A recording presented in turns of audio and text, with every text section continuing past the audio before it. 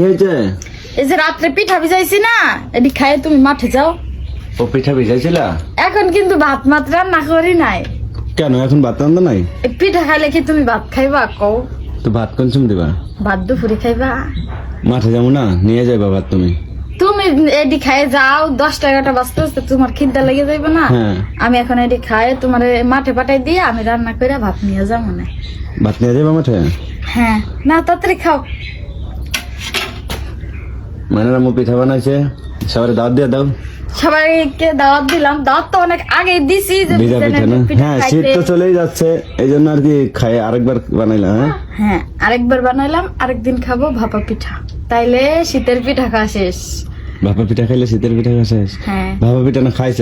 খাইছি, আরেকবার খামু। আরেকবার খাইবা? হ্যাঁ। আচ্ছা বানাইও।